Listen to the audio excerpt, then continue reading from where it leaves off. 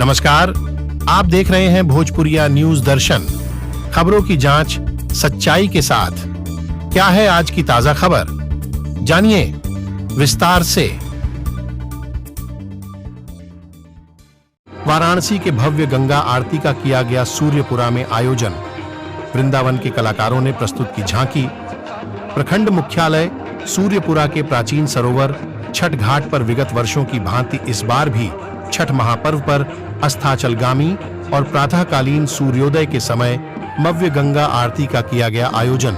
गंगा आरती का आयोजन छठ पूजा समिति सूर्यपुरा के द्वारा किया गया।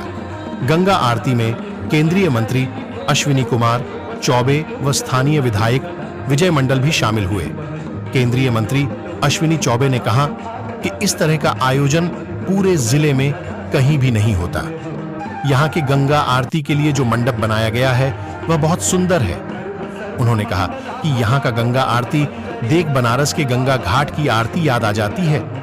वहीं विधायक ने कहा कि यहाँ के छठ पूजा समिति को जितना धन्यवाद दिया जाए उतना कम है। उन्होंने राजा साहब के बारे में भी कहा कि जो छठ घाट का निर्माण उन्होंने 100 साल पहले किया था वह आज भी यहाँ की धरोहर है और पुरानी संस्कृति को बढ़ावा देता है। छठ पूजा समिति के अध्यक्ष विजय सिंह ने बताया कि सूर्यपुरा छठ घाट पर बनारस के काशी विश्वनाथ 80 घाट से आए पंडों के द्वारा गंगा आरती का आयोजन किया गया। बता दें कि डूबते सूर्य को अर्घ्य देने के बाद शाम में गंगा आरती हुआ।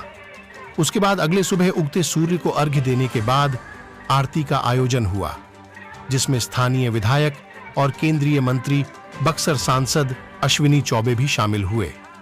उन्होंने बताया कि गंगा आरती 3 से 4 वर्षों से किया जा रहा है।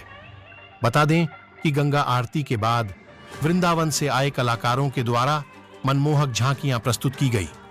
इसमें छठी मैया, भगवान भोलेनाथ और कृष्ण लीला पर आधारित झांकी के दर्शाया लोगों को भाव विभोर किया गया।